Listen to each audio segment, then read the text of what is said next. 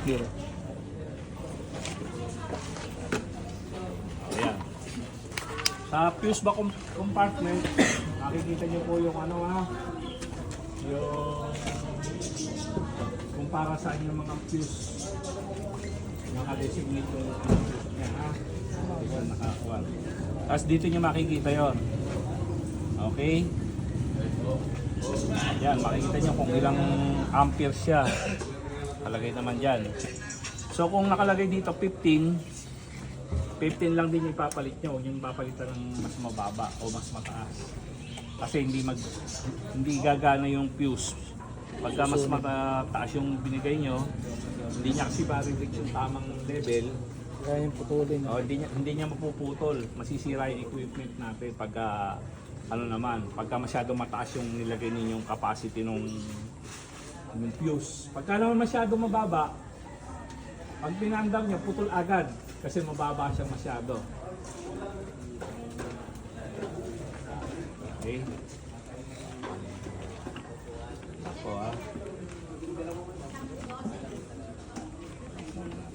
makalimutan ko yung okay.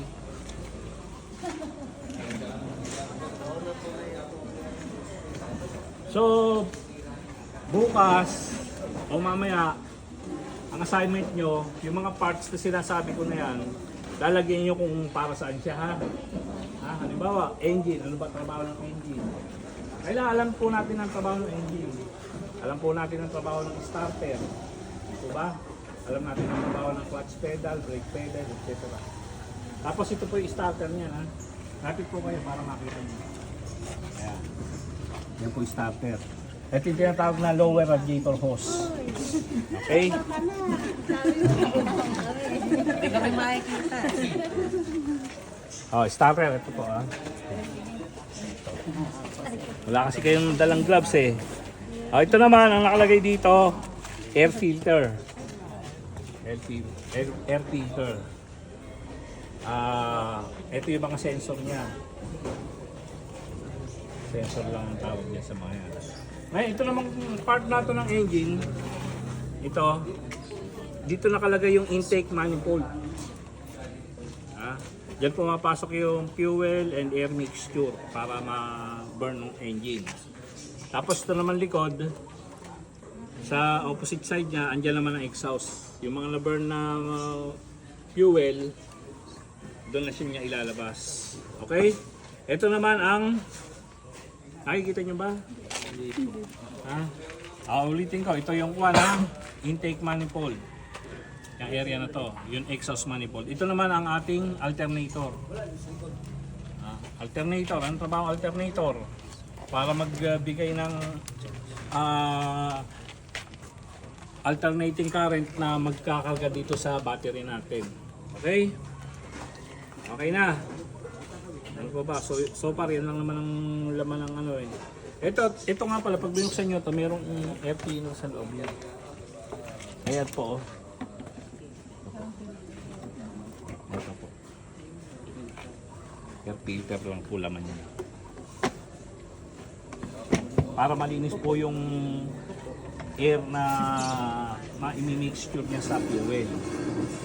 Okay? So ito, ang tawag dito, sila nakakaalam. Nasarado ko na, okay na tayo dyan sa loob ha. Dito. Ano sir? Ano to? Cobra. Ang tawag dito. Magkano ka ba? Hood. Tawag yan hood. Hoodie. Ito lang ating, ang tawag dito. Yung nakakaalam. Windshield. Ang tawag. Wiper. Wiper. Yung nasa likod nito. Yung sa likod ang tawag. Yung ganito rin nasa likod. Salamin. Back window. Back window. Ito kasi, Back window. ito yung front windshield. The front windshield. Din to, nasa likod, rear naman siya. Rear. Rear. Back Ito, door din to. Kaya lang may specific na tawag dito. Ano ang tawag dito? Ha? Driver side door. Ano? Driver side door. Driver side or left hand. Left hand door. Okay? Para pag tinawag mo sa halimbawa, buksan mo yung left hand door. Hindi yung sasabihin, buksan mo yung pinto, andun yung kung makikita mo. So hindi nila alam kung anong... Ito rin, gano'n. Rear, tapos may left hand. Ito dito ang tawag dito. Side mirror. Side mirror. Left hand din ha. Yun din, side mirror din yung kabila eh. Okay? Dito, anong tawag? Sa gulong. Yan, sinabi ko na. Gulong daw. Tire. In-English nyo lang. Okay, sa gulong naman, meron tamang hangin yan. Ha? Pressure. Maaring, depende sa manual, maaring itong front at saka rear tire, magkaiba yung kuha nila, hangin nila. Maaring ito 40, sa kabila naman 38 o 35. Kasi medyo mabigat dito, andito yung engine eh. Kaya medyo mas mataas ng konti yung ano niya, yung hangin niya, compare mo dito sa ano. Pero yung iba naman, pantay lang ang ginagawa nila. Pero depende kasi sa manual. Sa manual po yan. Papadala ko sa inyo yung kwan na yan. Okay? Dito naman sa loob. Ang makikita natin dito naman po kayo. Ay, buksan yung pinto para makita niyo. Ay, saan.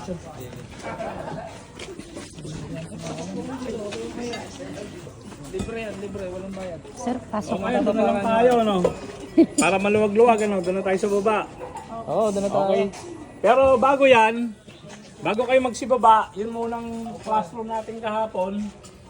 Magtulong-tulong po kayo. Kasi Ang tawag dito, engine hood, bumper, windshield,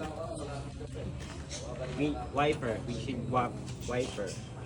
Tapos dito, radiator cap, lalagyan ng tubig. Tapos, ito, coolant. Pareho, dalawa yung ano niya, itong sasakyan na to, dalawa. Coolant. Dito coolant. Pagka magdadagdag ng tubig, pero yung coolant na. Ito naman, windshield washer. Dito nilalagyan ng tubig para lumabas yung tubig dito, panlinis ng windshield. Pagka pinundot nyo yung lever na gano'n, ay andyan na filter. Padaan muna at charge natin.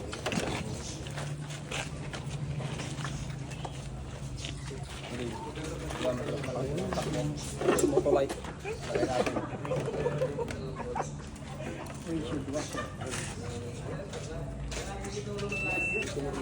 Wala nang gusto dumabi sa'yo. Positive. Badit. Revision ba dito? Papatayo sa sundalo. Biglang gumapo eh. Pag hinarap yung camera. Battery charger. Bakit maano? Pagka maluwag siya, tendency siya medyo nag-spark. Kaya kailangan ito tubig. Ito, air cleaner. Dito meron siyang filter. Pagka nililinis yan, yung filter nito, every 5,000 kilometers, nililinis yung filter niya. Ang pagbubukas ng hood, halimbawa, hinilan nyo dun sa merong lever dito sa loob. Pero kasi masikip to. Hindi kagad bubukas yan. Kakalatik lang siya. Ngayon para mabuksan nyo, ito kakapain nyo. Kasi bubuka ng konti yan eh. Kakapain nyo to para matanggal siya sa pagkakalak. Para mabuksan na ganun. Tapos ilalagay nyo itong sukot niya. Ito yung sukot. Taka ganun dito yan. Dito. Itong engine. Tapos, ang tawag dito, radiator. Yung nagpapalamig ng makina. Dito sa loob, meron siyang fan. Radiator fan. Yung ibang sasakyan, merong yung aircon, auxiliary fan ng aircon. Kaya dalawa yung fan niya. Okay. Headlight.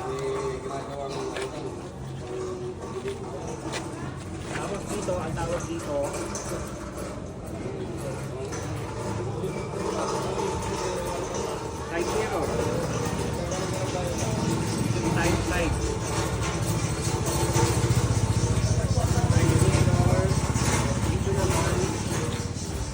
control. Tinitignan ko lang yung water panel. Dito sa ilalim, tawag dito running board. Cleaner. Rear, windshield. Front lid. Front lid compartment. Dito sa likod. Engine.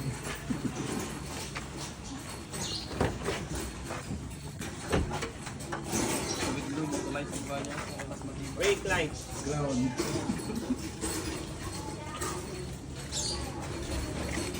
Tapos sa loob, pagka binuksan nyo yung pinto,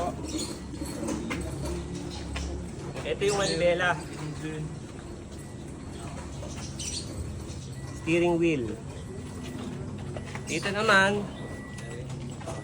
shifting gear lever or cambio. Ito yung cambio.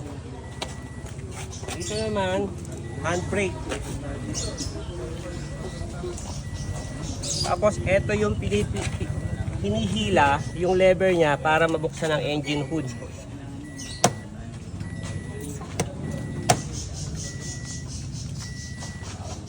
Tapos yung sa likod naman, pagka bubuksan yung likod, ito naman.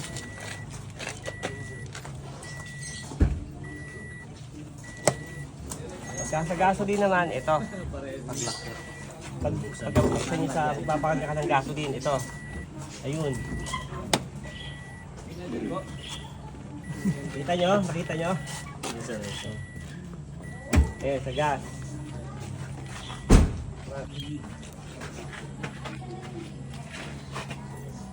Ito naman yung switch niya ng ilaw. Headlight. Ito park light yung una, pagka ito. Unang pihet ng park light ang iilaw. Iilaw yung mga sa may signal lights lahat. Yung kulay puti. Tapos katabi ng signal light yun. Pagka isang ikot pa, headlight naman na yun. Yun ang switch niya. Tapos dito sa kabila, dito naman yung switch ng wiper. Merong speed yan. Yung una, mabagal. Yung pangalawa, mas mabilis. Ang tawag dito, dashboard. Ito, dashboard. Dito makikita nyo yung odometer. Dito, yung aircon vent. Dito naman ang compartment, globe compartment. Dito nakalagay yung mga rehistro ng sasakyan. Ito yung aircon switch. Thermostat ng aircon, kung gaano kalamig.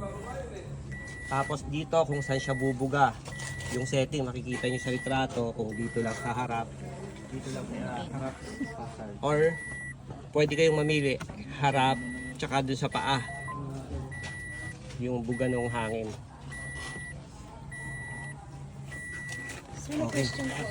Yung pag po may fog, Fog light.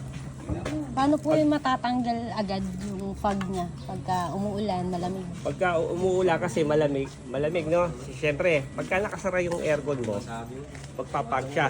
Oh. Ngayon, para mawala yun, magbukas ka ng aircon. Para yung moist kasi, mainit sa loob, gumaganon dito, humahawang ganon. Ngayon, pagka nag-aircon ka, malalamigan na yun. Tapos, pabubugahin mo yung aircon dito, mawawala na yung fog niya. Tapos pagka mga 5 minutes, ibabalik mo na ulit dito yung buga ng aircon. Tatanggalin mo na rito. Pag lang po nawala na yung fog, ibababa na po yung... Tapos, merong defogger kung tawagin, defogger. May defogger switch siya. Andi dito yun eh. Opo.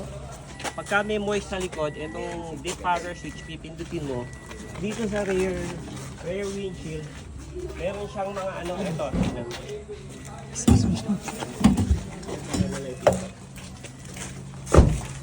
Etong mga to, yung guhit na yan, umiinit yan pagka naka-on ang defogger switch. Umiinit yan, mawawala yung moisture.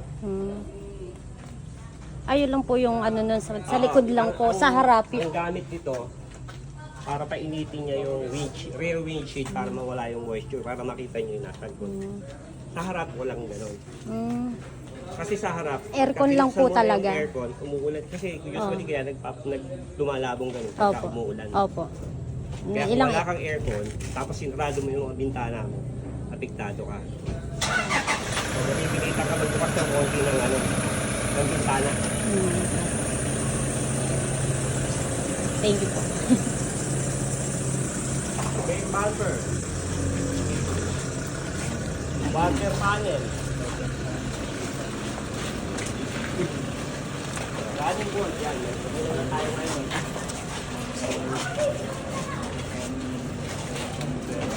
Ito, ang tawag dito, fender. Fender.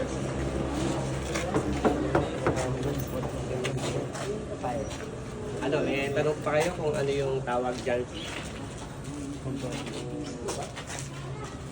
Ay sir, pakibuksan mo nga yung trunk compartment, yung likod.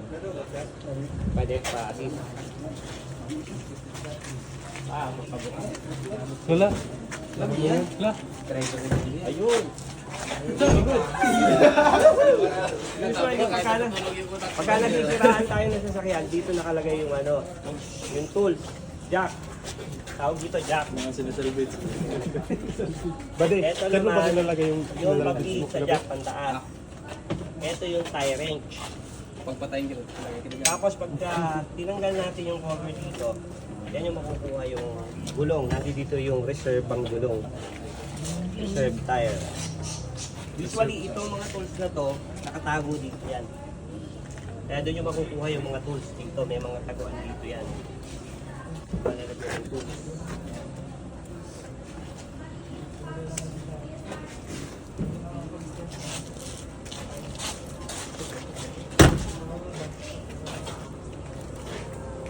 Ito yung sinasabi kong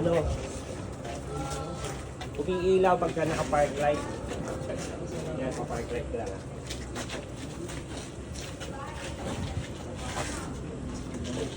Blender, may mukha mo. Umiilaw ba? Sumo! Ayan, park light yan. Paikot yan, umiilaw. Pero hindi pa yan ng brake light. Ano nyo, pagka napakas ng brake light, yung brake. Lalay siguro. Di ba? Umiilaw ba?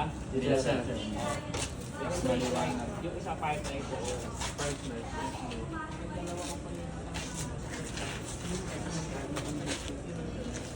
Park light.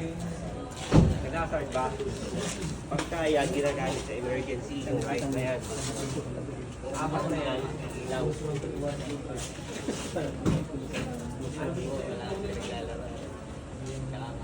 Yung switch ng hazard light, yung triangle yung napula sa loob ng upuan. Sa may upuan. Ganon. Ito, antena ng radyo to.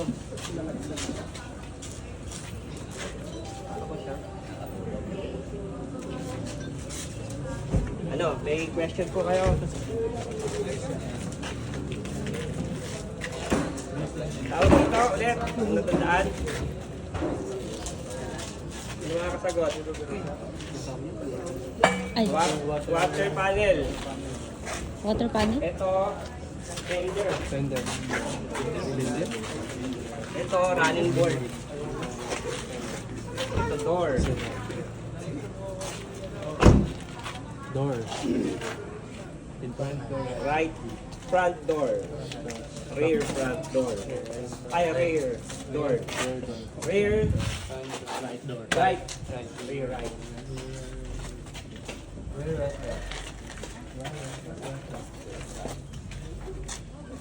Yung ibang sasakyan, merong tinatawag dito. Pagka nakakita kayo ng kulay itim na gano'n, mud guard. Mud, yung putik yun. Guard sa mga mud. Apat yung mud guard yan. Yung ibang rule, meron din dito. Ano yung apat na gulong, merong mud guard. Ang kapalodo.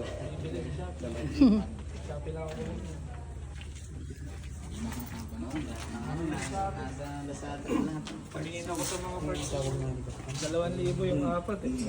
Bigay ko sa Shopee, 600 lang Tapos, pagka sumilip kayo dito, nandito yung shock absorber. Yung spring niya, magkasama sila ng shock absorber. Yung shock absorber, yung pampigil ng ano yun, yung sobrang kaltag na gano'n. Yun ang purpose niya. Sa likod, meron din.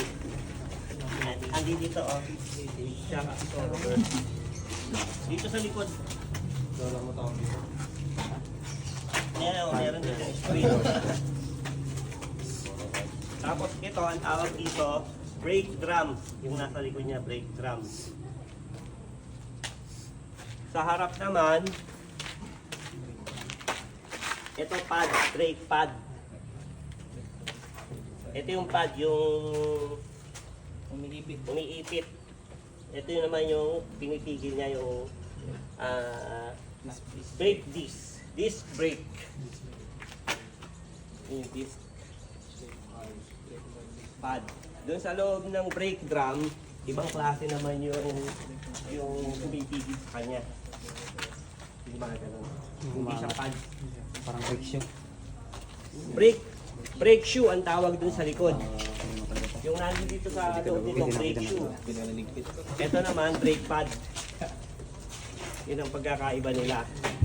Yung sa shoe, umaangat. Ganon. Yung sa pad naman, makapit. Masakabukas. Brake pad. 43 ba dito? Brake shoe. Dito, sinusukat ang langis. Ang tawag dito, dipstick. Dipstick. Dip. Tapos, dito naman yung cover nung pagka maglalagay ka ng ano, engine oil. Dito, engine oil cover. Tapos, yung nagkakarga ng kuryente kapag tumatakbo yung makina, alternator. Ang alternator niya, ito. Ito yung responsable sa pagkakarga ng kuryente. Para mapagana niya yung electrical. Pag kinargahan niya yung battery, ayan na, kagana na. Pero ngayon, may issue, maaring defective na yung battery. Kaya kahit nakargahan niya ng ginamit niya ng maga hanggang hapon, tapos kinabukasan nag-i-start kayo, lumalagitik lang, click, click, click, ayaw mag-crank ng makina, defective na yung battery. Kaya eto, nag-charge tayo.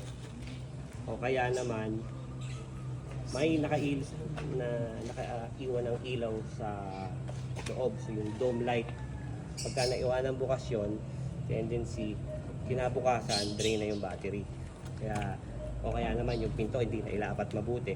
Kasi pagka binuksan mo yung pinto, umiilaw yung dome light. Doon sa may kisame ng sasakyan.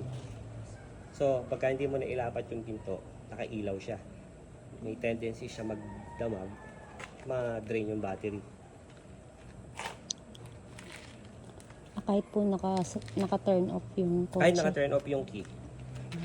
May mga accessories kasi na gumagana dyan kahit naka-off yung key. Yan yung busina. Yung light. Yung headlight niyan, kahit walang susi, pagka switch mo, iilaw. Headlight, pag light. Tanong po kayo. Ano tawag dito? Dipstick. Dito. Ito nagkakarga ng battery. Dito. Ay dito. Lalagyan ng tubig para malamig ang Radiator. lumamig ang makina. Yung lalagyan. Alalagyan. Ulan. Yung nilalagay, kulan. Kulant yung inilalagay. Dati, nung araw pa, wala pang kulant. Tubig yung nilalagay. Dito. Ano tawag dito? Ha? Sa wipers na nilalagyan ng tubig para sa wipers. Windshield washer reservoir. Tapos, ang tawag dito, brake fluid. Dito nilalagay ang brake fluid para sa brake. Brake fluid reservoir.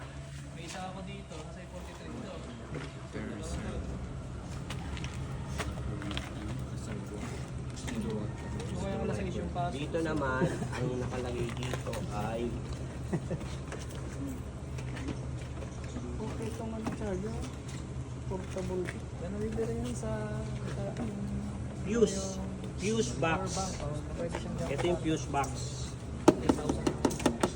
Dito nakalagay yung mga fuse. Pagka halimbawa, ayaw umilaw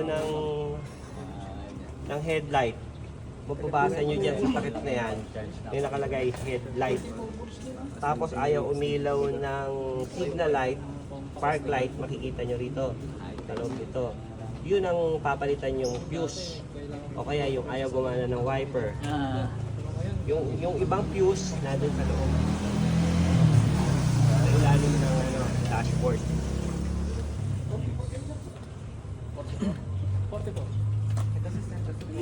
Ay, sorry. Dito po, alam nyo kung ano tawag dito? Ay, ibig sabihin po ba? Wala pa po iba? Ang tawag dito emblem. Iba-ibang klase yung emblem. Merong Mitsubishi. Yung Mitsubishi yata yung triangle na ganun. Mitsubishi, ito ang emblem ng Toyota. Ito, ang tawag dito, radiator grill. Diyan pumapasok yung hangin para lumamig yung makina.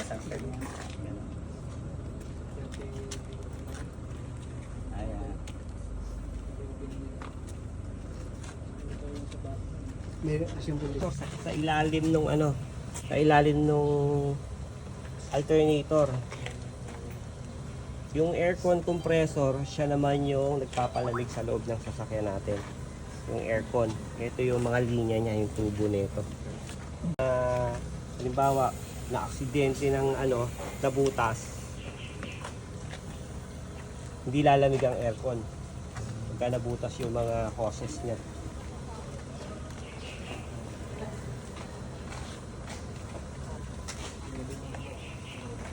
Asan ang dyan? Air cleaner. Spark plug. Engine oil. Yung apat. Ang tawag naman dito, intake manifold. Dito yung hihigupin niya yung fuel and air mixture. Dito sa intake manifold. Tapos dun sa ilalim, kasi hindi natin makita, yun ang exhaust manifold. Doon naman niya ilalabas yung usok sa tambucho, yung exhaust manifold. Yung mga na-compress na gases sa tambucho ilalabas yun. Kaya intake manifold, yung isa naman exhaust manifold. Intake manifold, ang hinihigop nun, fuel and air mixture. Pagka na-compress niya na yon, may pagsabog dun sa loob ng makina, compression, bubukas naman yung barbula ng exhaust para mailabas niya yung exhaust gas, mga gases na na-compress.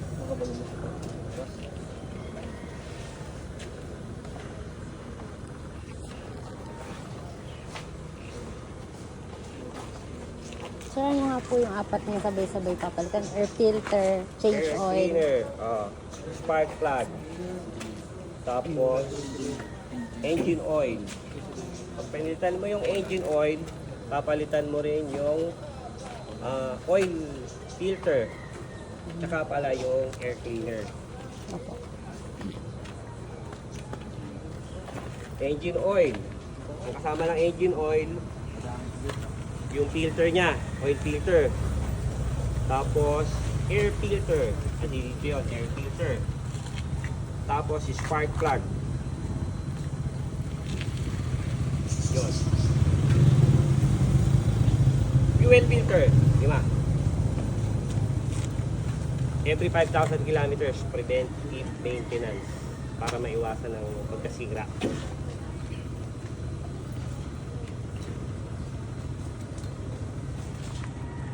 Tapos, yun namang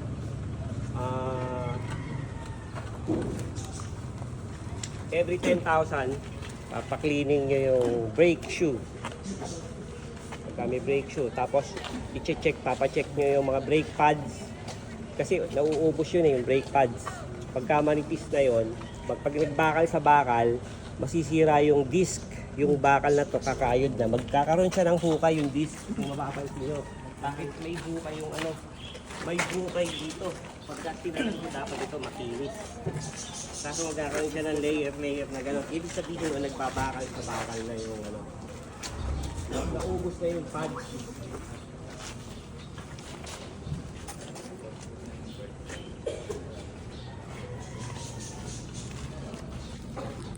Tapos yung tire pressure, makikita nyo yung tire pressure ng mga sasakyan, hindi sa modelo.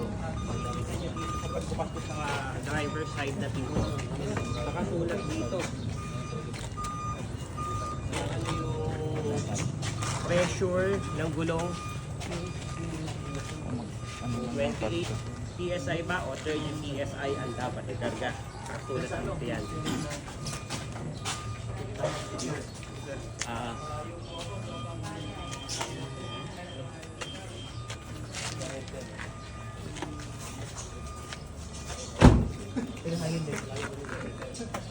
Naligaw ako. Akala ko, doon tayo. Nakwento na ako nakakapupal.